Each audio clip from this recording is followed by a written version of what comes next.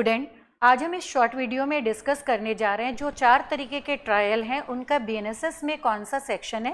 साथ ही आपको यहाँ पे बताया जाएगा कि सीआरपीसी में भी उनके कौन कौन से सेक्शन थे ताकि आप एक कंपैरिजन कर पाओ। इससे पहले कुछ एक और चीज़ें हम लोग ब्रीफ करना चाहेंगे। हम सब जानते हैं कि जो लॉ है वो 2 काइंड्स का है, एक सब्सटेंटिव लॉ, दूसरा प्रोसीजरल लॉ। बीएनएसएस जो है वो एक प्रोसीजरल लॉ है, पर यहाँ पे ध्यान में रखना बीएनएसएस एक आपका प्योर प्रोसीजरल लॉ नहीं है क्योंकि इसमें कुछ सब्सटेंटिव प्रोविजन भी है। यहाँ पे हमें क्यों ज़रूरत पड़ती है इस प्रोसीजरल लॉ की, ये समझना ज़रूरी है। भाई अगर कोई ऑफेंस हुआ है तो उस ऑफेंस के अंदर जिसने वो ऑफेंस किया है उसको पनिश कराने का जो पूरा प्रोसीजर है वो हमें बीएनएसएस में मिलता है। ऑफेंस होने पे हमारे पास 2 रेमेडीज़ हैं। पहली रेमेडी या तो हम एफआईआर करा सकते हैं या फिर हम कंप्लेन करा सकते हैं। अगर हम एफआईआर कराते हैं तो एफआईआर जो है वो केवल कॉग्निजेबल ऑफेंस के लिए होती है और इसके बारे में हमारे बीएनएसएस में जो सेक्शन है वो 2 क्लॉज डी दिया हुआ है। वहीं अगर हम सीआरपीसी की बात करें तो सीआरपीसी में कॉग्निजेबल ऑफेंस का जो सेक्शन है वो सेक्शन 2 क्लॉज सी है। कॉग्निजेबल ऑफेंस जो है वो सीरियस नेचर के ऑफेंस होते हैं जहाँ पे बिना वारंट के भी पुलिस अरेस्ट कर सकती है। रेप हो गया, डकैती हो गया, मर्डर हो गया, ये सारे हमारे कॉग्निजेबल ऑफेंस हैं। वहीं पे अगर हम नॉन कॉग्निजेबल ऑफेंस की बात करें बीएनएसएस के अंदर तो बीएनएसएस में जो नॉन कॉग्निजेबल ऑफेंस है वो आपके सेक्शन 2 क्लॉज एम में बताया हुआ है और सीआरपीसी में हम बात करें तो सेक्शन 2 क्लॉज एल में बताया। नॉन कॉग्निजेबल ऑफेंस जो है वो लेस सीरियस नेचर के ऑफेंस होते हैं जहां पे पुलिस जो है एक्सेप्शन बिना वारंट के अरेस्ट नहीं कर सकती है।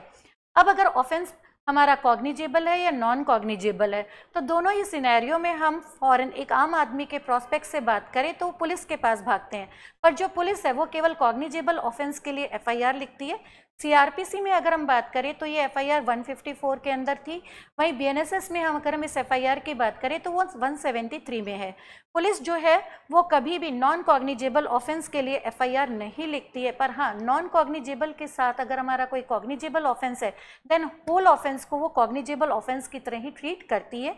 ये बात सुप्रीम कोर्ट ने एक लैंडमार्क केस शरत चंद्र साहू बनाम स्टेट ऑफ उड़ीसा के केस में कही है।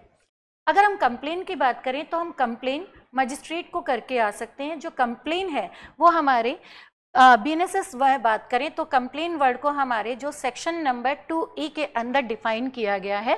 कंप्लेन जो है वो एनी ऑफेंस के लिए हम मजिस्ट्रेट को कर सकते हैं, चाहे वो हमारा कॉग्निजेबल ऑफेंस हो चाहे वो हमारा नॉन कॉग्निजेबल ऑफेंस हो, तो उसके लिए हम मजिस्ट्रेट के पास कंप्लेन कर सकते हैं। अगर हम एफआईआर के थ्रू जाते हैं तो जो स्टेप्स होते हैं वो इन्वेस्टिगेशन, इंक्वायरी और ट्रायल होते हैं, और अगर हम कंप्लेन के थ्रू जाते हैं तो जनरली जो स्टेप्स होते हैं वो इंक्वायरी और ट्रायल होता है। इन्वेस्टिगेशन हो भी सकता है और नहीं भी हो सकता है। तो यहाँ पे आपने इतना समझा कि जो ट्रायल है वो आफ्टर इंक्वायरी ही आता है, ठीक है। एफआईआर में इन्वेस्टिगेशन होना मस्ट है, बट कंप्लेन के केस में इन्वेस्टिगेशन होना मस्ट नहीं है।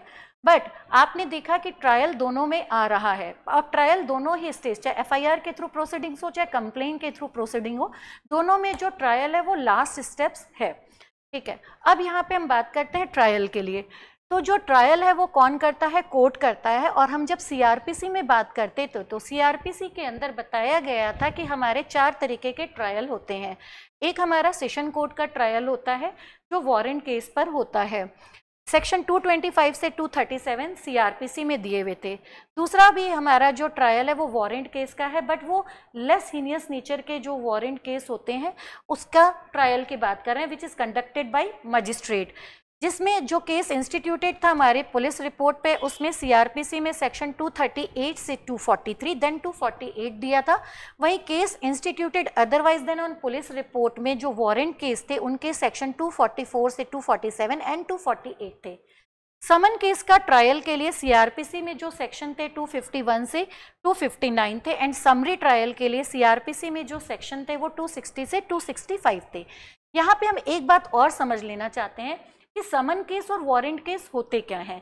अगर हम बीएनएसएस में बात करें समन केस और वारंट केस की, तो बीएनएसएस में वारंट केस की जो डेफिनेशन दी गई है वो सेक्शन 2 क्लॉज वाई में दी गई है। वारंट केस का मतलब होता है एक ऐसे case which is relating to an offence punishable with death से या फिर लाइफ टाइम इम्प्रिजमेंट से या imprisonment for a term exceeding 2 year से। वारंट केस वो केस होते हैं जो ऑफेंस उसमें जो हुआ है वो उसमें जो पनिशमेंट है वो या तो डेथ सेंटेंस होता है, लाइफ टाइम इम्प्रिजमेंट है, या फिर एक्सीड करता है 2 ईयर से। वहीं पे अगर हम सीआरपीसी में बात करें तो सीआरपीसी में जो हमारा वारंट केस था वो सेक्शन 2X में दिया गया था। समन केस की बात करें तो जो वारंट केस नहीं है वो कौन से केस है, समन केस। समन केस को बीएनएसएस में 2W में डिफाइन किया गया है।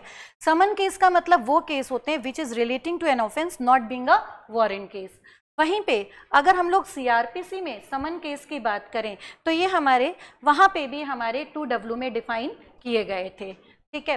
तो अब यहाँ पे हमने इतनी चीज़ें समझ ली, अब हम इसका कंपैरेटिव चार्ट देख लेते हैं। कंपैरेटिव चार्ट अगर जब हम देखते हैं तो अभी आपने देखा था 225 से लेकर के सेक्शन नंबर 237 पे वारंट केस पे कोर्ट ऑफ सेशन का ट्रायल था सीआरपीसी में, जो रिप्लेस करके बीएनएसएस में 248 से लेकर के आपका सेक्शन नंबर 260 तक है।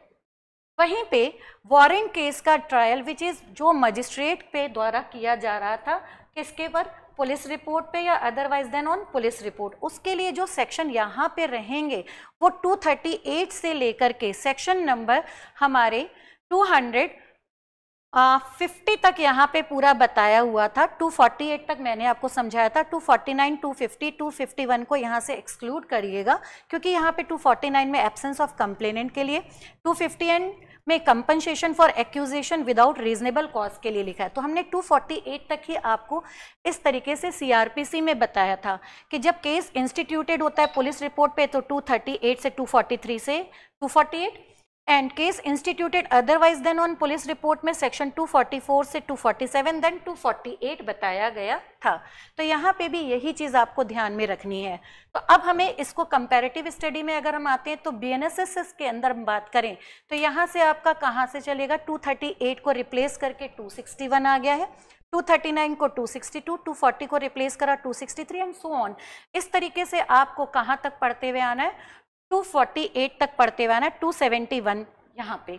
और इसको इस तरीके से पढ़िएगा, ध्यान में रखिएगा, 238 से 243 को जो बीएनएसएस ने रिप्लेस करा है वो सेक्शन लेना, एंड 248 को जो रिप्लेस करा है बीएनएसएस को वो लेना जब केस इंस्टीट्यूटेड हो रहा है पुलिस रिपोर्ट पे, और अदरवाइज में 244 से 247 एंड 248 जो बीएनएसएस में रिप्लेस करा है वो सेक्शन आपको लेने हैं। नेक्स्ट अगर हम लोग बात करें सेक्शन नंबर 251 से लेके 259 तक हम लोगों ने जो बात की थी ट्रायल की, वो हमारे जो ट्रायल था वो समन केस का ट्रायल था। 251 से 259 के समन केस के ट्रायल के बारे में बीएनएसएस में 274 से लेकर के हमारे सेक्शन नंबर 282 तक दिया गया है। वहीं पे फोर्थ जो ट्रायल हमने बात की थी वो समरी ट्रायल की बात की थी। समरी ट्रायल के लिए अगर हम यहाँ पे बात करें तो सीआरपीसी में 260 से 265 दिया गया था, बीएनएसएस में 260 से 265 जो सीआरपीसी में था उसको रिप्लेस करके 283, 284, 285, 286, 287 एंड 288 आपका रहेगा। तो इस तरीके से आपके 4 तरीके के ट्रायल रहेंगे और चारों तरीके के ट्रायल को हम लोगों ने कंपैरेटिवली समझा बीएनएसएस में। स्टूडेंट मैंने आपको जो सीआरपीसी का 313 बताया था एक्यूज के एग्जामिन के लिए, बीएनएसएस को उसको रिप्लेस किया है सेक्शन नंबर 351 से। Thank you.